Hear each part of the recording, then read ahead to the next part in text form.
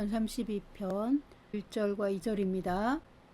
허물의 사함을 받고 자신의 죄가 가려진 자는 복이 있도다. 마음에 간사함이 없고 여호와께 정죄를 당하지 아니하는 자는 복이 있도다. 아멘. 시편 32편의 1절 2절에서 다윗은 복이 있는 사람들은 어떤 사람인지 명시할 때 마음이 순결한 자들이라고 말합니다. 허물의 사함을 받고 자신의 죄가 가려진 자, 마음에 간사함이 없고 여호와께 정죄를 당하지 않는 자들이라고 합니다. 허물과 죄를 용서받고 마음에 간사함이 없으며 하나님께 정죄를 당하지 않는 사람의 마음을 우리는 순결한 마음이다 라고 할 수 있습니다. 순결한 마음을 가진 사람이 복이 있다. 왜냐하면 이런 죄들 때문에 하나님의 손이 다윗에게 형벌을 내리셨을 때 정신과 육체에 끔찍한 고통이 임했고 도저히 회개하지 않고는 견딜 수 없는, 자신의 힘으로 그 하나님의 정죄의 손에서 벗어날 수 없었다고 말합니다. 3절 보세요. 내가 입을 열지 아니할 때에 종일 신음함으로 내 뼈가 쇠하였도다. 4절 주의 손이 주야로 나를 누르시오니 내 진액이 빠져서 여름 가뭄에 마름같이 되었나이다. 셀라. 뼈가 쇠하는 통증은 실제로 온몸이 경험하는 통증이며 온 몸에서 진액이 다 빠져나가는 것 같은 공포는 너무나 실제적인 마음의 두려움과 공포입니다. 다윗은 자신의 허물과 죄, 마음의 간사함과 죄악 때문에 하나님의 손이 짓누르는 정죄와 형벌을 받았습니다. 시편 32편에 나오는 허물과 죄, 마음의 간사함과 죄악에 대해 살펴봅시다. 허물은 행동으로 저지른 죄입니다. 명백히 겉으로 드러난 죄입니다. 죄는 마음속에 있지만 아직 행동으로는 드러나지 않은 죄입니다. 마음의 간사함이란 순결성이 없는 마음, 오염되어 있고 왜곡된 마음, 예수님만을 순전하게 사랑하지 않는 얼룩진 마음, 매우 이기적이고 계산적이며 세상에 물들어 있는 마음입니다. 그럼 죄악은 무엇일까요? 죄악은 죄나 허물보다 깊고 강하며 스스로 쉽게 깨달을 수 없는 강한 죄의 영향력입니다. 이것을 가문의 영향력이라고도 말합니다. 언제든 나도 그 영향력 아래에서 허물이나 죄를 지을 수 있을 뿐만 아니라 내 마음에 간사함이나 부패함, 위선에 분명하게 영향을 주는 영적 세력입니다. 이 악령의 세력은 사람의 정신과 육체에 영향을 주지만 사람은 자기 지식이나 자신의 선 의지만으로 혼자 이기지 못하는 강력한 죄의 영향력입니다. 이 죄악에 대해 깨닫고자 하면 사람은 특별한 계기를 경험하거나 하나님의 특별한 은혜가 있어야 가능합니다. 영적 차원에서만 확인할 수 있고 분별할 수 있으며 하나님의 영이 직접 개입하셔야만 어떻게 구출될지 알 수 있습니다. 시편 32편 2절에 여호와께 정죄를 당하지 않는 자가 복이 있다 했는데 여호와의 정죄는 무엇일까요?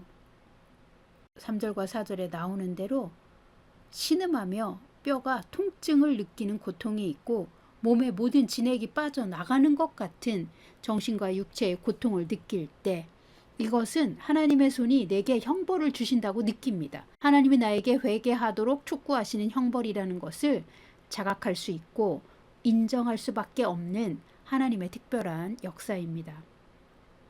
이어지는 5절 내가 이르기를 내 허물을 여호와께 자복하리라 하고 주께 내 죄를 아뢰고 내 죄악을 숨기지 아니하였더니 곧 주께서 내 죄악을 사하셨나이다. 셀라. 아멘. 다윗은 하나님의 손이 자신의 영혼을 짓누르실 때 허물을 자복하고 죄를 아뢰고 죄악을 숨기지 아니하였더니 즉 토설하였더니 주님께서 죄악을 사하셨다고 고백하고 있습니다. 허물과 죄는 성령이 우리 마음에 빛을 비추시면 양심이 깨닫고 회개할 수 있습니다. 그러나 죄악은 허물과 죄를 깨달을 수 있었던 정도의 영적 통찰로는 쉽게 파악할 수 없는 깊고 깊은 수렁과 같고 두꺼운 베일에 가려져 있을 뿐만 아니라 강력한 어둠의 사슬과 같기에 하나님께서 회개하도록 직접 손대지 않으시면 사람은 스스로 깨닫지도 못할 뿐만 아니라 자신의 힘으로는 끊어내지도 못합니다. 그러므로 여호와의 정죄는 허물과 죄와 죄악을 깨닫지 못하고 회개하지 아니할 때 하나님께서 회개에 이르도록 벌을 주시는 상황입니다. 여호와의 정죄가 임하면 제일 먼저 양심이 심각한 가책을 느낍니다. 동시에 몸과 마음에도 실제적인 고통을 경험합니다. 성화의 과정에서 가장 어려운 단계가 바로 이 죄악을 끊는 과정입니다. 예수 그리스도의 십자가의 효력은 어떤 죄악도 하루 만에 끊을 수 있습니다. 문제는 사람이 자기 수준에서 스스로 자기의 죄악을 알아차리지 못하기 때문에 끊는 것이 어렵다는 것입니다. 그 죄악, 즉 가문의 영향력은 매우 강하고 사악하며 잘 속이기 때문에 눈으로 보고도 알아채지 못할 만큼 교묘하며 그 가문의 문화와 가치관과 매우 밀접하여 익숙합니다. 그래서 친숙한 영들의 실체이지만 그 가문의 사람들은 그것이 얼마나 강력한 죄악인지 알아차리지 못합니다. 그러므로 자기 혼자 가문의 죄악을 상대하거나 인간의 이성과 지식으로 분별하거나 파악할 수 없습니다. 하나님의 자녀들이 가진 권세와 능력을 사용하여 예수님의 보혈로 끊을 수 있지만 죄악은 대개 성도의 영적인 눈을 가리고 있기 때문에 영적 성장을 가로막으며 현실에 묶이게 만듭니다. 성도의 삶을 둘러싸고 진을 치고 있는 영적 세력이기 때문에 지극히 거룩한 믿음 위에 자신을 세운 성숙한 사람이 아니면 그 영들을 상대하지 못합니다. 성령의 도우심과 그리스도의 보혈, 하나님의 계시로 죄악을 처리할 수 있습니다. 허물과 죄, 마음의 간사함과 죄악이 깨끗하게 처리된 사람이 복이 있다고 다윗은 말합니다. 왜 이런 것들을 처리해야만 하나님의 정죄를 받지 않는 것일까요? 8절에 내가 내 갈 길을 가르쳐 보이고 너를 주목하여 훈계하리로다 합니다. 우리의 갈 길을 성령이 인도하실 때 성령의 음성을 정확하게 듣기 위해서입니다. 그리고 더 중요한 것이 있습니다. 하나님은 우리를 주목하여 지켜보시는 아버지이십니다. 동시에 우리를 훈육하시는 하나님이십니다. 우리를 훈육하시어 인생의 상담을 주십니다. 내가 너의 갈 길을 가르쳐 보이고, 아멘. 우리가 가야 할 길을 교육하여 알려주신다는 뜻입니다. 그 다음에 너를 주목하여 훈계하리로다. 아멘. 사랑하는 자녀를 가까이 지켜보시고 훈육하시며 상담해 주신다는 내용입니다. 성령의 인도하심을 통해 기록된 하나님의 말씀을 통해 그리고 하나님의 영이 계시를 주심으로 우리를 훈육하십니다. 하나님은 우리가 생명책에 기록된 우리의 부르심대로 가도록 상담하여 주시고 인도하시기 때문에 하나님의 인도하심을 받으려면 우리 마음에 죄와 간사함이 없어야 합니다. 여전히 행동으로 저지르고 있는 죄는 끊어져야 합니다. 그리고 죄악이 더 이상 내 삶과 운명을 가로막지 않아야 합니다.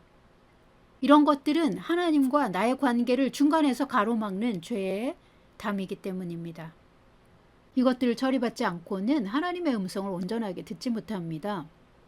이런 것들을 처리하지 않고는 거룩하지 않은 성전에 하나님의 영이 오시지 않습니다. 그러므로 하나님이 우리를 보실 때 우리의 마음의 순결함과 전 인격의 온전함을 원하십니다. 그러므로 우리의 마음과 행실에는 어둠의 다스림이 없어야 합니다.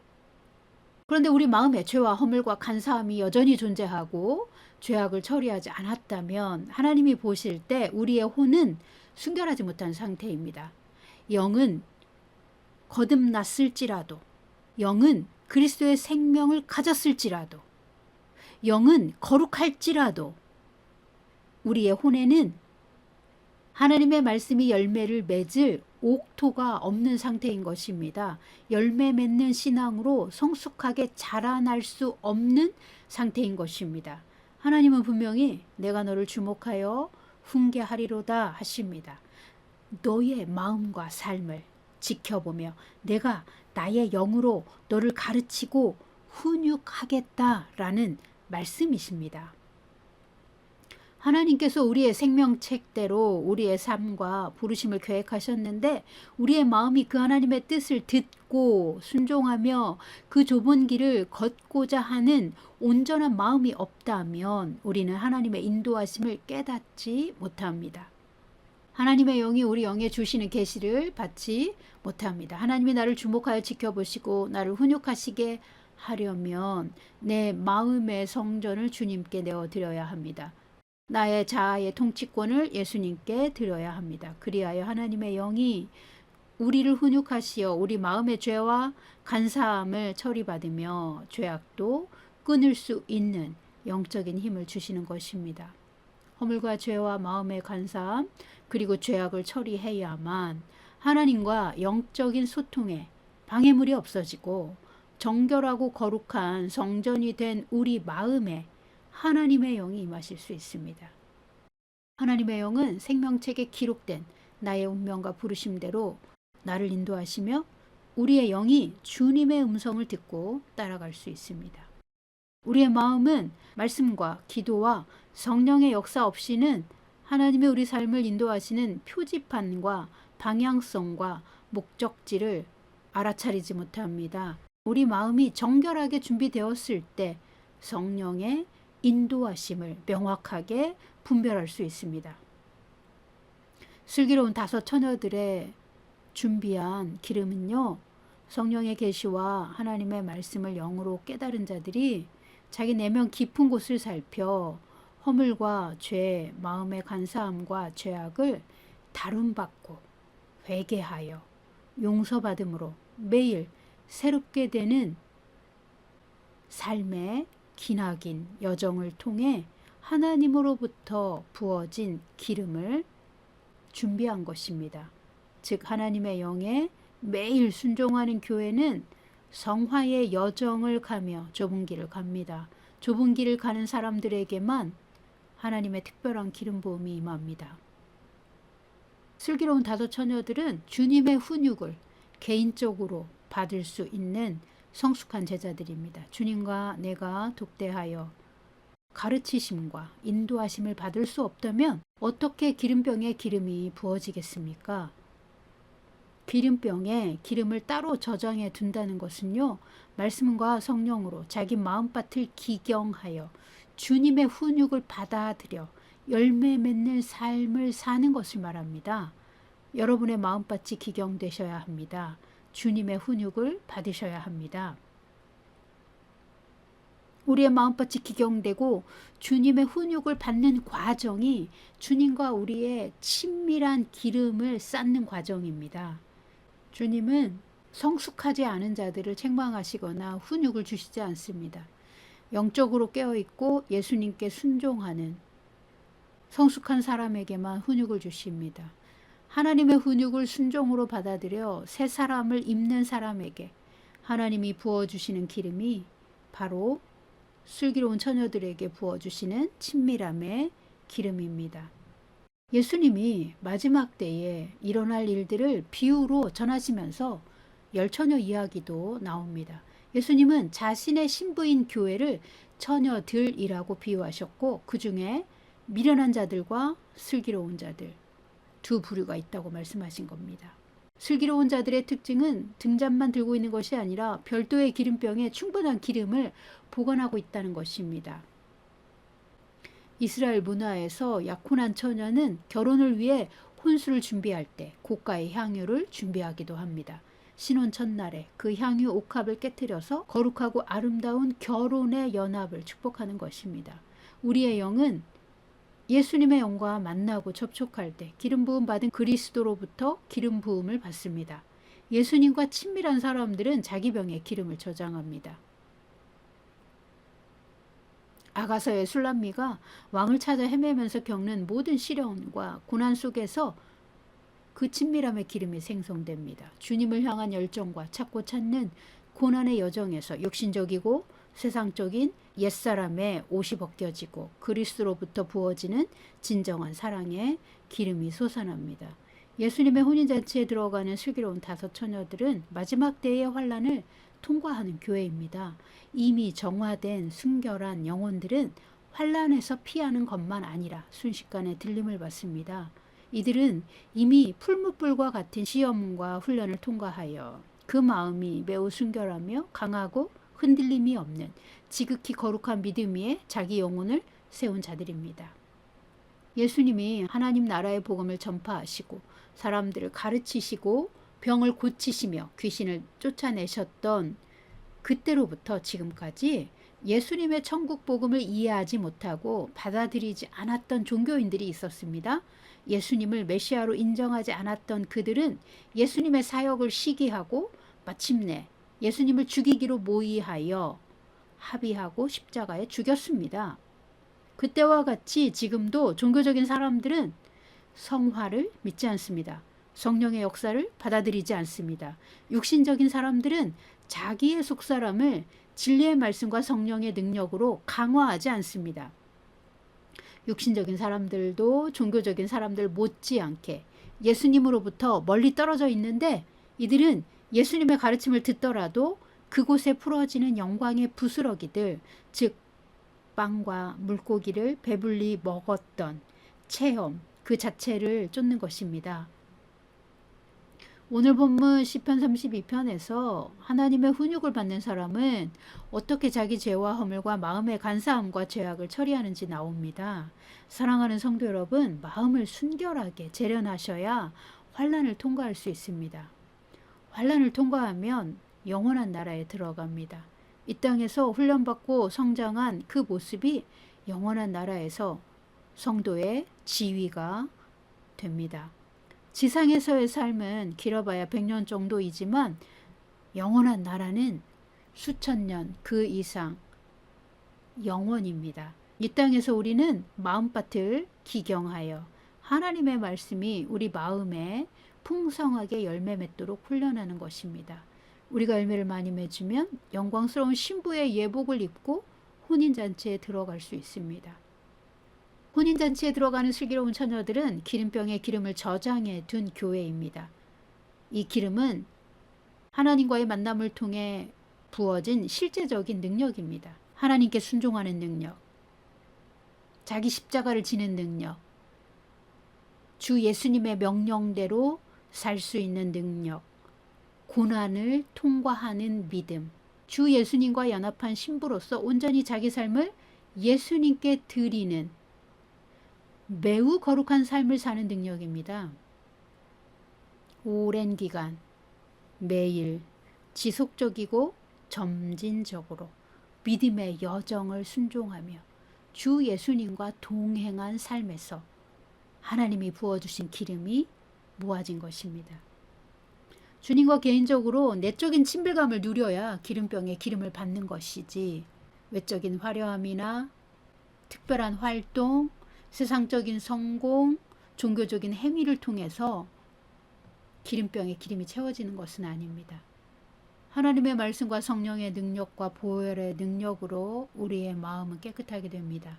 사람의 인본적인 지식과 노력만으로는 결코 성화되지 못합니다.